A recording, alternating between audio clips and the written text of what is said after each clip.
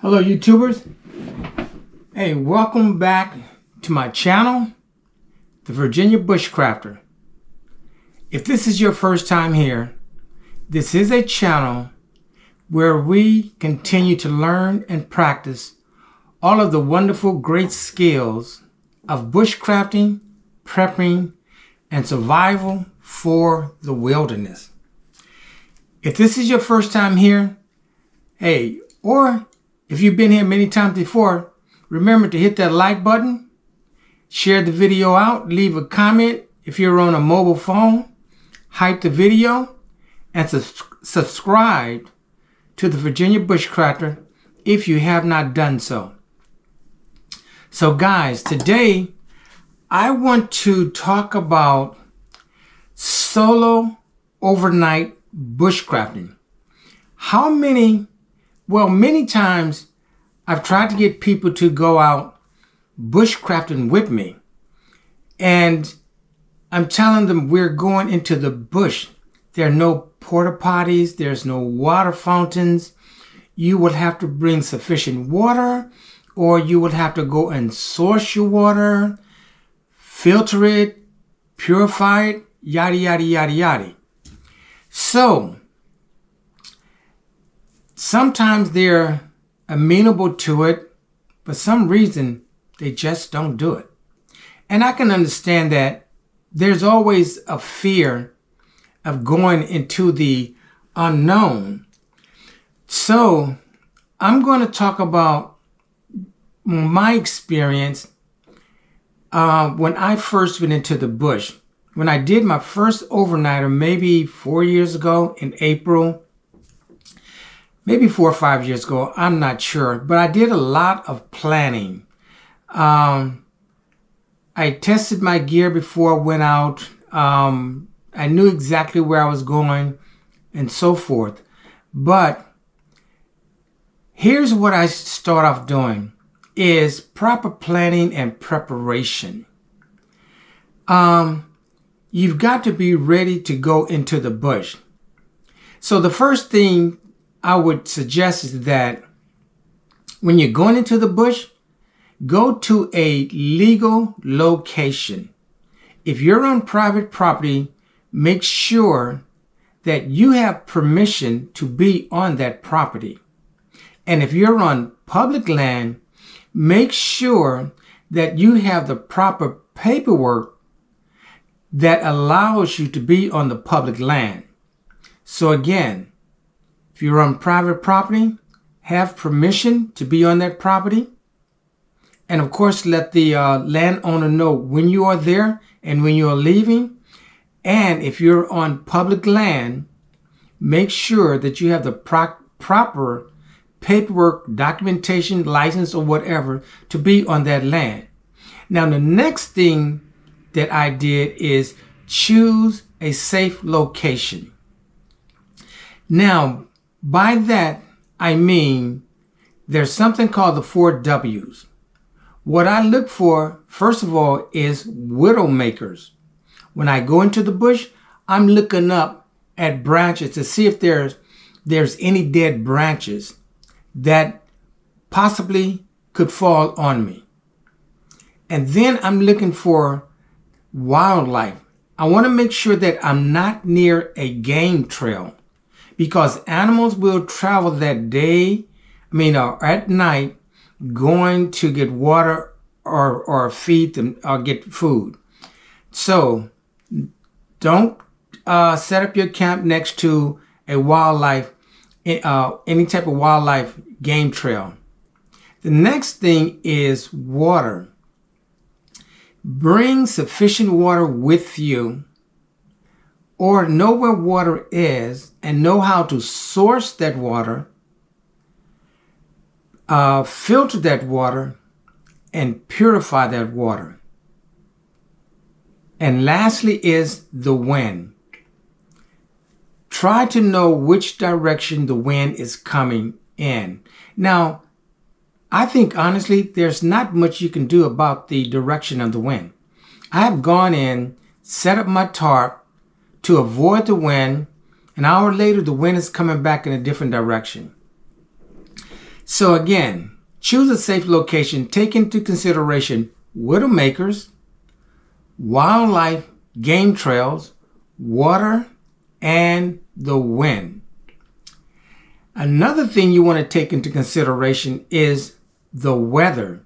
The first time that I went out and did a solo overnight bushcrafting event was by myself. Well, of course, solo, but it ended up raining. However, I had the appropriate clothing. So always have, if it's winter, summer, spring, fall, have the appropriate clothing and be ready to adapt your plans. Now, I always carry a poncho with me. I can use that poncho for rain gear. I can use that poncho for a tent. As a tarp. I can use that poncho to cover wood up. And I also carry 3 5-gallon trash bags. Always carry those with me. And a lot of times I will carry an extra tarp in the event that it starts to rain or it may rain, that I can actually build an apron over my fire to somewhat deflect the rain. So again, so far, we want to check the weather and we want to be able to adapt our plans accordingly. Another thing about the going out doing a solo is minimalist versus comfort. You hear a lot of talk about my rucksack is only 25 pounds. Well, you got to carry a 50-pound rucksack. It all depends on you. I basically say, don't let your rucksack be more than 20% over your weight. But when it comes to a minimalist or comfort, I just focus on a bushcrafting kit. And my kit is basically a foam bedroll, a bivy sack, and if necessary, a wool blanket. I'm covered right there. Again, minimum or comfort, I'm okay with a foam bedroll, and sometimes I would carry 2 of them. Because that foam, if you're lying on the ground, you want to make sure you have 4 inches of material between you and the ground. And with 2 foam bedrolls, I've done it many times, I'm fine with that. And a wool blanket, you can't ask for more. Now, on your first trip, you're going to be concerned about packing essential items versus luxury items. Honestly, I don't know what luxury items are when it comes to the bush. Because to me, essential and luxury items are all included in the 10 C's of bushcrafting. As long as you have proper cover, your cutting tools, container, your combustion, your cordage, your compass, your candle, your cotton, your cargo, and a canvas needle, what else is there to have? You can make luxury with that or consider that your essentials. So again, the cover. Having something to sleep under, something to sleep in, something to sleep on. Your cutting tools can be your axe or hatchet, your knife, your saw. Your container definitely can be a single wall canteen, something that you can put into the fire. Combustion, your ferrocerium rod, flint and steel, matches and lighters in an emergency. Cordage, 550 paracord or bank line, number 36, number 18, number 21 bank line. Your candle, which is your headlamp or your flashlight cotton, your bandana that can be used for many purposes, medical, you can make char cloth out of it. Cargo, that's basically Gorilla Tape that you can use to make repairs, and a canvas needle. So to me, That's all of my essential and luxury items. Now, another thing about doing a solo overnight in the bush, and your very first one, is look at the risk assessment and an exit plan. So when you go into the bush, you go in and just look around. Just scope it out. Look at the wood. Look how much wood, where you're going to set up. Again, keeping the 4 W's in mind. And just for 5 or 10 minutes, just get familiar with it. Know where your entrance and exits are, where you can go in, but you may have to go out another way. Quickly determine north, south, east, and west. And prepare. Use and practice with everything that is in your rucksack. That is how you prepare. Every single item in your rucksack should have been used more than once before you go into the bush. And next to us all is the willingness. Do you have the will to do whatever is necessary to thrive in the bush? So you're going to do your assessment. You're going to look around. You're going to find your interest and exit. No north, south, east, and west.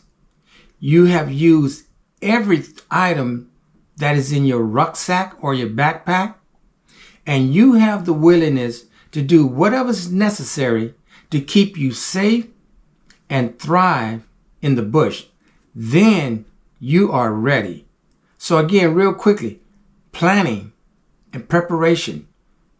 Those are some of the things that you should really take into consideration when you are doing your first overnight solo. All right, so we discussed the first thing, which is the planning and preparation when you're going to do a solo overnight in the bush.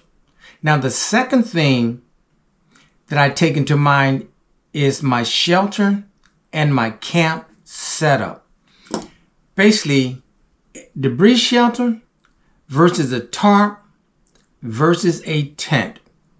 Well, I'll tell you now, as a bushcrafter, the only time I really use a tent is when I am going to a meetup, and that tent is more or less for privacy. I have nothing against tents. I think they're great. However, I prefer a tarp or a debris shelter. Now, many times you will go on YouTube and see a lot of people make this debris shelter in this 15-minute video. Well, I'm here to tell you that a debris shelter takes a lot of time. I think the quickest I've ever put up or constructed a debris shelter, it's been about maybe 4 hours, because you must gather all the materials. You first of all have to get a spine, and I would suggest that being at least 2 to 3 inches. That spine can hang horizontally or diagonally. Then you've got to go get branches to make the ribs that go against the spine. And once you have the spine set up and secured and have the ribs there, then you've got to go and get saplings to cover the ribs. And after that, you've got to go and get grass or leaves to pack that down. Now, it takes quite a bit of time, but once you get that built, you want to make sure that you have at least 4 inches of debris against those ribs to protect you against rain, wind, and so forth. Now, you're going to need some tools. Basically, your cutting tool. It can be an axe or a hatchet, a saw, a knife, or I've even seen some people just gather it with all the materials with their hands. But one thing about a debris shelter, if you're using all natural materials, it is not 100% rainproof or not 100% waterproof. But I'm sure if you have the proper ribs against the spine, with the directions of the saplings going downward, packed with leaves, you're going to be okay. The next piece of gear that I use mostly is a tarp. And I like the tarp because, again, the tarp is very light, it's portable, and when you make so many configurations, they just become muscle memory, and it's not difficult to pitch a tarp at all. And I basically use a 10x10 tarp or a 5x7. Now the 5x7, sometimes I bring two of them to make a lean-to and to have a ground sheet as well. So again, determine what type of shelter you want to build. If it's your first night, I would simply say, just make a lean-to shelter. 45-degree angle, you're covered. Now again, the tools you may need is an axe, hatchet, saw, knife, paracord, bank line, or even natural vines or roots. If you're able to do that, that's something that's I would definitely recommend. And even a shovel. But if you don't bring a shovel, you can bring a digging stick. There's a reason why you want to bring a shovel and a digging stick with you when you are putting together your shelter. So again, choose between a debris shelter or a tarp or a tent. And it's very understandable if it is your very first time in the bush by yourself. This is about being by yourself. You're going to have a tent, a tarp, or debris shelter. And I think the debris shelter would be very challenging your first time, but nevertheless, you can try it. And again, the debris shelter is not going to be 100% waterproof, but also there's a tarp. Again, I think starting off with a lean-to with a 5x7 or a 10x10, you can make that easily into an A-frame. And again, have your cutting tool, axe, hatchet, a large knife, a small knife, paracord, bank line, vines or roots. That is your shelter. This is for the very first time you're going into the bush. You want to read about these things and prepare for them. All right, the next thing on your first overnight in the bush, and one thing I really did look forward to was Firecraft. So when it comes to Firecraft, you always want to make sure that you get all of your materials together before you even start. But what I learned, and I think is very safe, is to dig a fire pit or use a fire ring. Now, when you are digging your fire pit with your shovel or your digging stick, you want to take that dirt that you've removed and put it around the pit, and it becomes a berm, which is basically a raised bank. That berm, if you have it on the right and left and to the rear, that berm will help keep heat in, reflecting to you. In addition to helping some of the embers or sparks not getting onto any dry leaves or onto your tarp or tent or anything like that. So dig a fire pit, make a berm with that dirt that you remove. And when you're done, you can put that dirt back after you've put water on the fire and even make the fire more extinguishable. So the next thing is the fire starting method. How are you going to start that fire? As a bushcrafter, I would suggest a 6-inch ferrocerium rod. Remove the coating from the ferrocerium rod. Of course, you're going to do this even before you go out into the bush. Remove the coating from the ferrocerium rod. Use the spine of your knife and practice making sparks. So you're going to have your combustion, your ferrocerium rod, or you can even use flint and steel. Some flint, hard rock, steel with char cloth. But you're also going to need tinder. Now, what I would suggest is to use fat wood shavings or cotton balls and Vaseline. Fat wood shavings has a lot of resin in it, and fat wood resin comes from expired pine trees that are down, and it's usually in the joint of the trunk and the branch. If you saw that, you're going to see that nice fat wood in there. But you're also going to have your kindling. Your kindling should be your pinky finger size or smaller. And one of the great things about that is that kindling will, when you strike that ferrocerium rod and get your tinder to burning, get those flames with your tinder, you start putting your kindling in to grow the fire.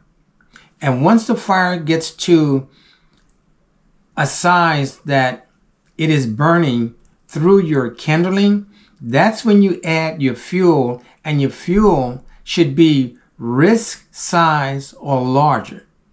And of course, there's all the air that you need. You may have to fan the fire with something to give it air to keep it going. But again, with your Firecraft, make a fire pit, make a burn with the dirt that you have removed, or use a fire ring. Have your combustion, your ferrocerium rod. Have your tinder, which can be fine sawed fat wood dust or fat wood curls. Have your kindling ready to go and your fuel, and then you will end up with a sustainable fire. Now, a lot of times you may have to go and harvest this wood, so you may have to chop it with an axe, which you are then breaking fibers when you chop it.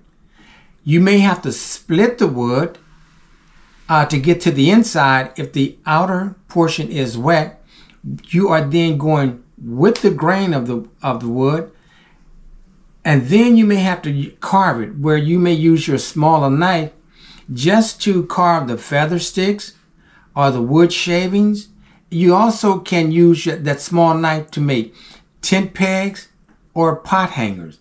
So Firecraft is very, very important on your first night doing a solo overnighter in the bush. Firecraft, practice that, practice and practice.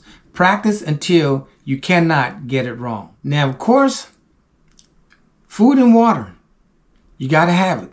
Again, the 4 cores of bushcrafting: cover, fire, water, and food. Now, your first night being out there, I took ramen noodles, some hot chocolate, some broccoli, but I would suggest just get an MRE. MRE is going to have at least 2,500 calories. Just get an MRE. But you definitely need something to eat, because once you go out there and you start harvesting all this wood, setting up your shelter, you're going to burn a lot of calories. Also, something that's good is foraging. Now, the most that I have ever foraged is pine needles to make pine needle tea, blackberries, and raspberries. That's all I've done. But if you're going to forage, I would suggest taking a class in foraging and really be able to identify plants before you consume them. And again, bring the water with you or be prepared to source, filter, and purify your water. And when it comes to cooking, just bring the minimum gear. That's what I did. I just had a nesting cup and a bush pot because I know I can boil water in the nesting cup. I can make coffee in the nesting cup. The bush pot, I had my ramen noodles. It was great. So, and at nighttime, I had some snacks, granola bars, Pop-Tarts. So that's a very, very important aspect. Believe me, you will be looking forward to that food and your beverages, your chocolate, your tea, your coffee, or whatever, after you have burned so many calories. So those are the 4 cores of bushcrafting so far. Again, it's cover, fire, water, and food. But there's something else that's very important and you should consider it. All right, let's talk about some nighttime experiences. Boy, oh boy, do I have some nighttime experience. Very first night in the bush in April, it's cold, it's drizzling, I'm trying to keep my wood dry, I'm trying to keep from dozing off because I want to watch the fire, hearing the crackling and the popping. But there are a lot of sounds in the bush. I think the most dramatic sound, well, the 2 most dramatic sounds for me was hearing trees rub together when the wind was blowing. I had never heard that before, and believe me, my eyes spooked they were open. So hearing trees rub together, the very first time, it was awakening. Something else that really spooked me was the sound of thinking you're hearing someone in the woods. And you're sitting there giving out commands. If anyone's out there, show me your hands and all of this stuff. Only to learn that it's a field mouse. They're very, very loud. But when shining the flashlight, you can definitely see the eyes on the field mouse. So hearing the trees rub and the field mouse was awakening. But another thing is actually hearing the owls hooting. I said I couldn't believe it. So I start, I've been turkey hunting before and you get these turkey calls and doing all this hooting. But so that wasn't as awakening as the trees rubbing together and the field mouse. But something else that was somewhat exciting, I knew what it was, is hearing the coyotes howling. Now, coyotes always howl at a distance. And usually you may hear coyotes between 1:30 a.m. or 4:30 a.m. when they're leaving their den and going back to their den. That's mostly when I hear the coyotes howling. But something that was very strange is actually hearing a deer. All the times that I've been out hunting, then I hear a deer that comes maybe 50 yards and start doing their call, for a doe. It's like very amazing to be that close and hear the deer. So there are going to be sounds that you've not heard before your very first time going into the bush. But here's the thing, learning how to manage fear and staying calm. So the thing is, control your breathing. Inhale for 4 seconds. Hold that air for 4 seconds. And exhale 6 to 8 seconds. So again, inhale 4 seconds. Hold it for 4 seconds. Exhale 6 to 8 seconds. What will this do? It will slow your heart rate down.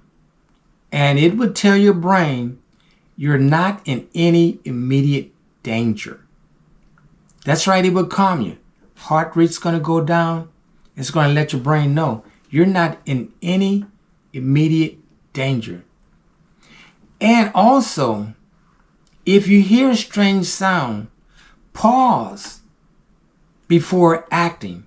Stop and sit if needed. If you're laying down, just sit if needed and ask yourself, am I in immediate danger right now?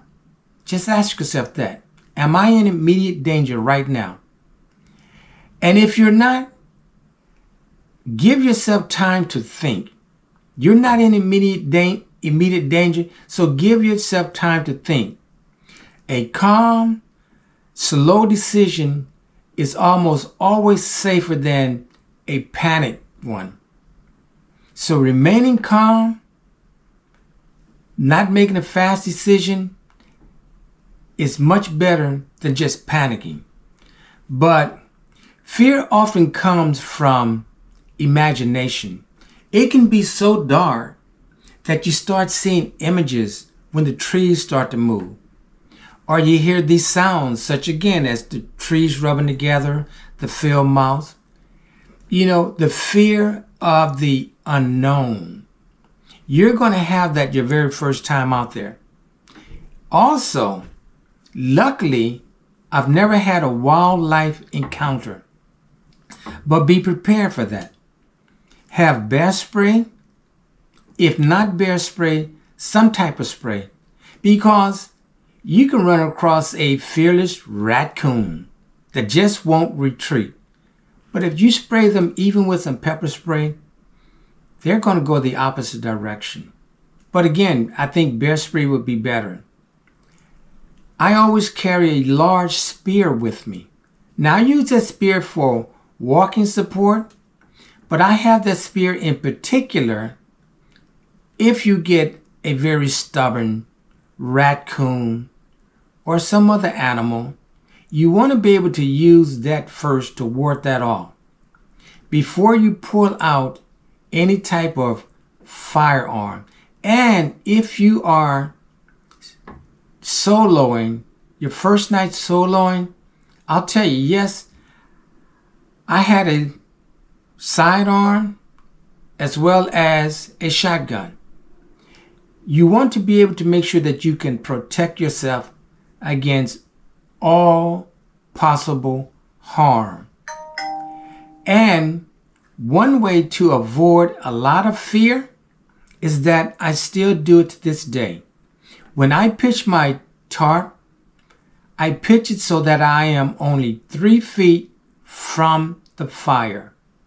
I think the fire helps ward off predators. So guys, those are some of the things that I experienced or gave great thought to before I did my first night in the bush all by myself, all solo. And now it's very common to hear those sounds. Very, very common. It's just a matter of the more you do it, the more you will be comfortable. But I think it's very important to, at some point, go into the bush by yourself. Gain that confidence. You're going to enjoy it. So let me know, has anyone ever contemplated going into the bush by themselves and did not for whatever reason? Also, let me know, how was your very first night in the bush by yourself? I'd love to hear your comments.